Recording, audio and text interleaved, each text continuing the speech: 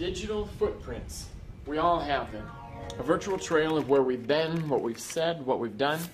And unlike footprints in the sand, those digital footprints won't wash away overnight. In fact, many of them will follow us around for years to come, into social circles, job interviews, college applications, court cases, political campaigns, and even more. So the question we have to ask ourselves is, what kind of a footprint do you want to leave behind you? Hi, I'm Scott Carlin, Associate Principal at Henry Sibley High School. We created this video to raise awareness of digital citizenship and how it impacts your life here at Sibley and moving forward in the future. Even before you were born, there were pictures of you. Those images were stored on databases in hospitals, and your parents may have emailed the pictures to family and friends or uploaded them to a sharing website. Similarly, there's probably images of you with your parents, siblings, grandparents, and even your crazy uncle from California. There might be videos of your first steps, first words, early soccer games, or swimming lessons. As you got older, you and your friends started taking pictures and videos and uploading them. And suddenly you're all over the web with your pets, your friends, your first car, your school, at work, on vacation, or at a party.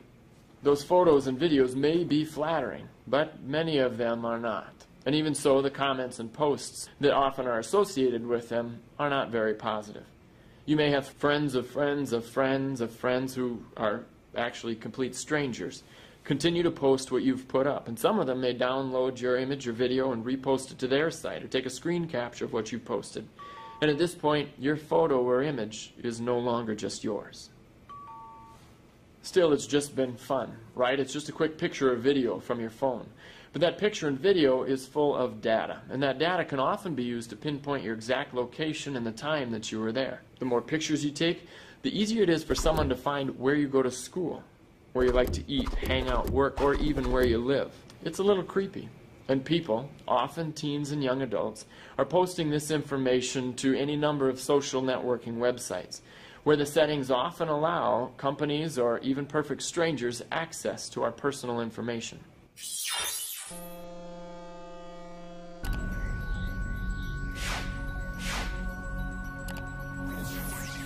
I'm Mario Reyes, and I'm an investigator with the Mendota Heights Police Department. It seems more and more with investigations, computers are tied in, social media with using Facebook, Twitter, Craigslist. I know that like the burglars will sell property, they don't pawn it a lot of times, but they'll go to Craigslist. People that are involved in such crimes, they like to brag about them, so they'll talk about them on Facebook or show pictures of things that obviously are not what they should be putting on Facebook. My name's Chad Wilson, and I'm an investigator with the Mendota Heights Police Department.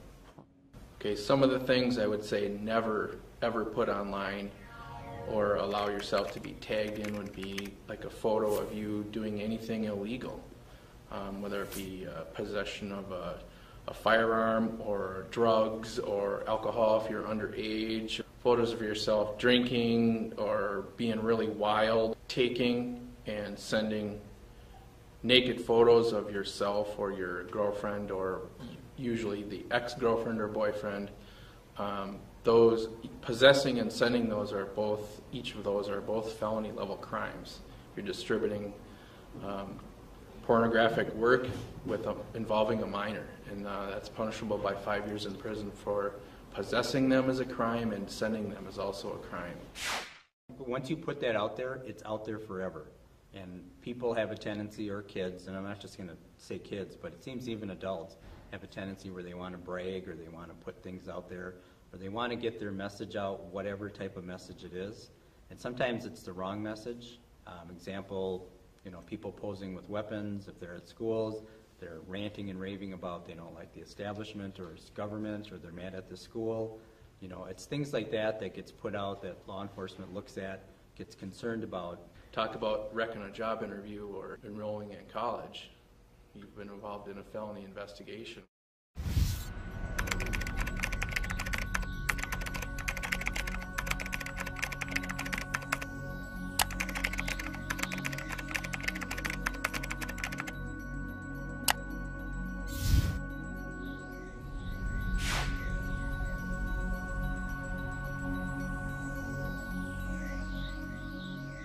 My name is Kelsey Queering, and I work at the University of Minnesota Twin Cities in the Office of Admissions, where I work as an Assistant Director of Admissions. It's been a really fun thing to see social media grow over the years. We've had a lot of students who say that they were able to connect with their future classmates before they ever even arrived on campus. We have an admitted student group on Facebook that's always very popular, and we'll even have students who select their college roommates by meeting people on this Facebook group and finding someone who feels like a similar person that they'd really click with on campus. And so that's been a fun way that social media has definitely crossed into, quote unquote, the real world.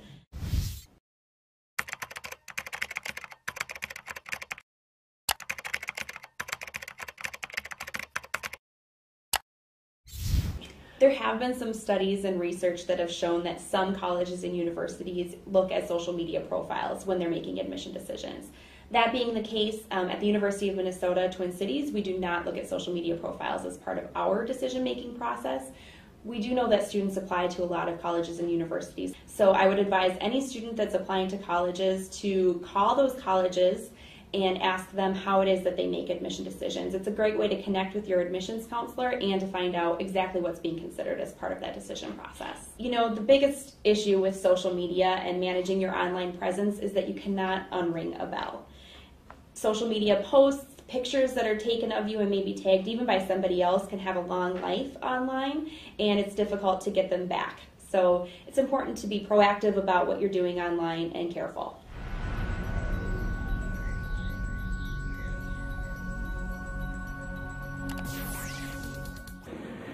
Hi, I'm Lisa Helminiak, and I'm the CEO of Azul 7, a human-centered design consultancy based here in the Twin Cities, and we bring ideas to life. I think the thing that's interesting about social media is that it's frankly creating one big database of information about people. There are a lot of big databases that exist about people now. We have credit scores, we have shopping habits, we have information from your doctor. There's just lots of places where people are keeping information about who you are and what you do, for their own purposes. I think one of the big things that's going to happen, and it's already happening, is that people are cross-referencing this data to create real pictures of who you are. So I can look you up in Facebook, I can find you through a number of different tools, your buying habits, what you think, the causes you give to your house, what it sold for is on there. I can then go pay for a credit score or run credit on you and basically get your social security number. So to me, being online and putting things online is a public space. Even if you have your privacy settings to the highest level, in most cases people can get that information. Facebook changes their privacy settings on a regular basis. People buy each other out. Instagram and Facebook was a great example of that. When Facebook bought Instagram, they said, well, we have the right to use your Instagram photos for our advertisements now. That's a change in policy. You didn't sign up for that when you started on Instagram, and a lot of people dumped their accounts because of that. If somebody wants to work hard, they can get a full picture of you online.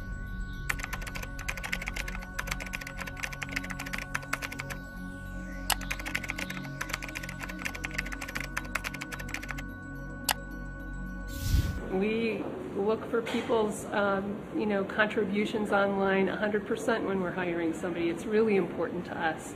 I think where it crosses the line is getting into those privacy areas where, you're at a party and you're drinking and you're underage. That's illegal. And when I see things like that, I realize, here's somebody who's willing to cross a line that may not be great as an employer. I don't want people breaking the law to working for our organization. So I'm very cognizant of that. Again, it's great to post pictures and it's great to have conversations back and forth. Just understand that everyone has access to that. So if there's no privacy, how do you use it in a positive way? We want people who are thoughtful. We want to hire people who are smart and who have ideas and opinions. I think, again, how do you put it out there? Is it in a positive way or is it in a negative way?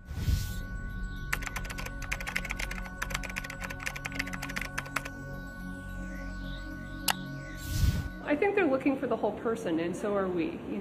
The good stuff we're looking for are interest area, what gets you up in the morning. So if you're very passionate about a subject, it's great to see, contributing information online to your friends, to help understanding, to help move an idea forward. That's fabulous stuff.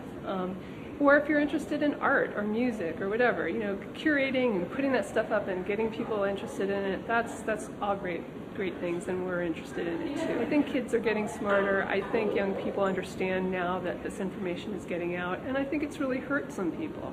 And we've heard about suicides, about bullying. We've heard about people's reputation being very damaged after things they've done online that they didn't intend to get out to everyone. So I think that's where people have to be very careful, and again, acknowledging that if you're putting something on the internet, it's public. At Henry Sibley, we value the voice and expression of our students. There's a couple things to keep in mind when accessing technology here at school. Privacy doesn't exist in front of a keyboard. Remember, what you type can be construed as slander or libel, which would open you up to possible consequences. Social networking sites are first and foremost a tool for learning. Speech that is inappropriate for class is not appropriate online. Students are expected to treat others and their ideas online with respect. And students will not use school resources to harass, discriminate, bully, or threaten the safety of others. A knee-jerk reaction might be to withdraw from the digital world, but that can be almost as detrimental as having a negative digital footprint. We each need to develop a strong, positive, and professional portfolio. That way, when someone does an internet search for you, the information that comes back to them increases your marketability and reveals a responsible and respectful personal life. The good news is that there are a number of things you can do to help manage your digital footprint. The first, of course, is to make good decisions. One incriminating photo or video or post that involves a bad decision or involves cyberbullying can impact you for years. The next thing you can do is clean up what's already out there. Delete unsavory social media posts, which might include those that you've got on Facebook or Twitter. Remove photos that you've posted that maybe employers or schools might perceive as being too careless, too crazy, or too cruel. There may also be photos, videos, or other posts that you've been tagged in by friends or family members. Make it clear to your social circles that you'd rather not appear in any unsavory shots or be mentioned in any destructive comments or posts. If there are any specific posts you're concerned with, ask that individual to remove it. Though they may not be obligated to do so, many of your real friends would understand your concerns and would agree to do so. Next up, build a positive digital footprint, and that just means posting regularly about positive professional topics that interest you, so that those are the items and images that start to show up when someone searches for you. So hopefully you play it safe when uploading anything that might have personal information in it. And hopefully your friends respect your desire to not take your picture or a video of you without your consent, and that they don't post or tag it without checking with you. And hopefully you've changed your social media settings to only include real friends, and that you avoid adding derogatory or defamatory comments to someone else's posts or timeline. If you feel you've been a victim of cyberbullying, never ever respond negatively. Report that incident to a teacher or an administrator. Our hope at Sibley is that you create a lasting positive digital footprint that benefits you here at school and down the road in the years to come. While it's difficult to say what your future will hold, we are confident that the footprints you're leaving right now in the digital realm will leave a trail like no generations before.